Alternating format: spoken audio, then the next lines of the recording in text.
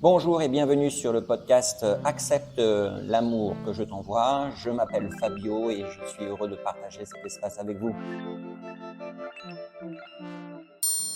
Bonjour. J'aimerais aujourd'hui aborder le thème de ce que Dieu appelle l'homme de loi et l'homme de foi, afin de bien comprendre son message lorsqu'il dit à travers l'un des écrits, l'homme de foi sera sauvé et les hommes de loi périront. Alors, qu'est-ce qu'il entend par l'homme de loi et l'homme de foi? Et c'est ce que j'aimerais aborder avec vous aujourd'hui. Il entend par homme de loi cette partie de nous, cette partie de notre identité, parce que c'est ça en fait, cet homme de loi, qui émet constamment des jugements, des critères sur soi et sur autrui. Parce que en fait, autrui ou par exemple la circonstance ou la situation ne matche pas, ne correspond pas à son identité, à son image.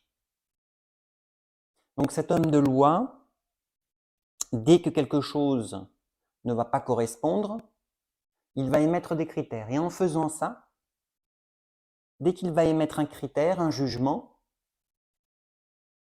de facto, il va se séparer de l'autre. Et même si ce critère ou jugement n'est pas émis verbalement vers l'autre, la simple pensée, à travers son prisme de sa propre image, de son identité, va faire qu'il se sépare de l'autre à travers ce critère et ce jugement. Cet homme de loi est implacable. Il est intransigeant, inflexible. Parce que tout ce qui ne correspond pas à son identité, ou tout ce qui heurte son identité, il va s'en séparer. Et donc il va construire sur ça. Il va construire toutes ses décisions, tous ses actes, toutes ses paroles vont être construites sur ce mécanisme-là. Sur cette division parce que, en fait, l'autre ou la situation ou la circonstance ne correspond pas, ne convient pas, en fait, n'est pas digne de son image, de son identité. Encore une fois, cet homme de loi se trouve à la périphérie de notre être. Il n'a rien à voir avec notre centre et avec notre cœur, là où se situe la foi. Cet homme de loi, en fait, il agit de partout, il faut bien comprendre ça, dans nos relations, même avec les personnes avec qui on vit et avec qui on se sépare, sur certains points, ou parfois on se sépare pour beaucoup plus. Cet homme de loi, il agit dans tous les domaines de notre vie, que ce soit dans les relations, que ce soit au travail, que ce soit avec les voisins, avec les amis, etc., dans les groupements politiques, tout ça. Il est en fait à l'honneur, entre guillemets, parce que c'est un triste honneur, et il agit à chaque instant, à travers chaque pensée. Et en faisant ça, on ne cesse de se diviser à travers cette périphérie, à travers cette identité. Parce que cet homme de loi, lui, siège totalement à la périphérie de notre être. Il n'a rien à voir avec la foi, avec le cœur, avec Dieu.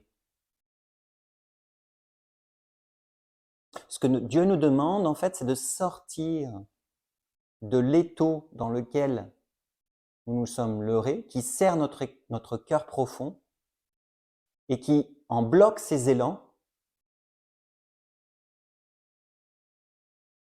Et par là, ça veut dire tout simplement d'être sauvé pour lui, pour Dieu, ça signifie de sortir de cette condition primaire, de cette périphérie dans laquelle on vit, où on croit, on pense vivre.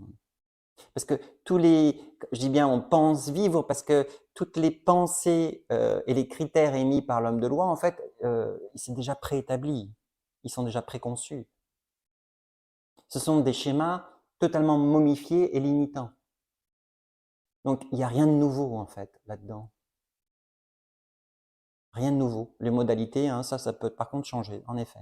Mais la base reste la même.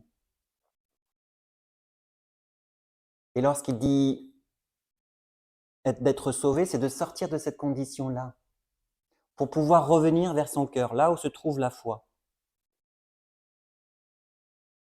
Et donc, l'homme de foi, lui, agit en faisant totalement confiance à autre chose, pas à ses propres critères dictés par son image,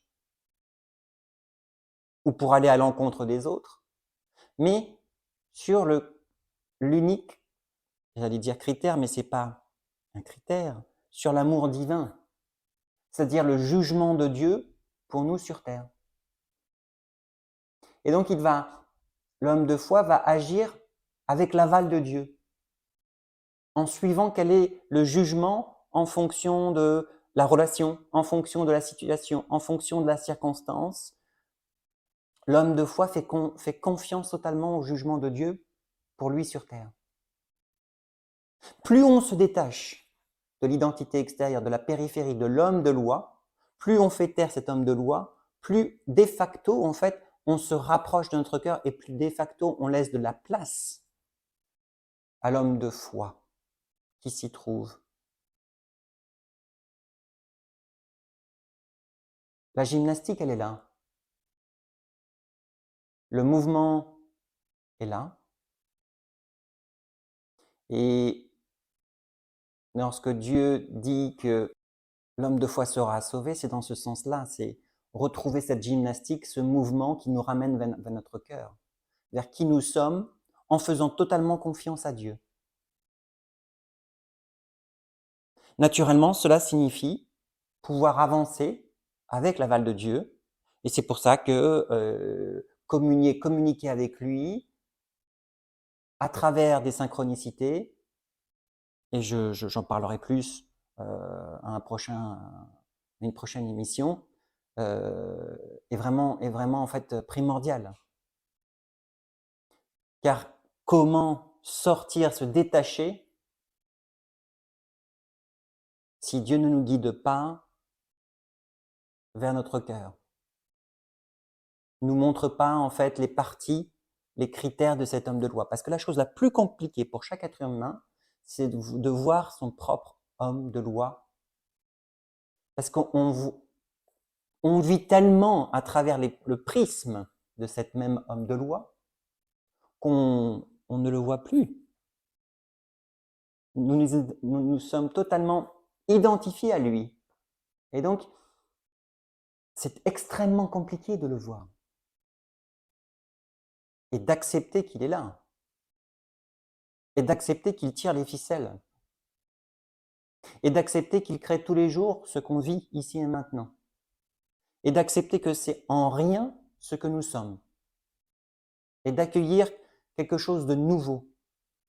Parce que l'homme de foi, lui, agit sur le nouveau, la voix de Dieu, sur le jugement de Dieu. Et le jugement de Dieu ne passe jamais par la périphérie. Il passe par le cœur. Il passe par l'amour. Et donc, il ne s'est pas divisé. Il ne s'est pas séparé.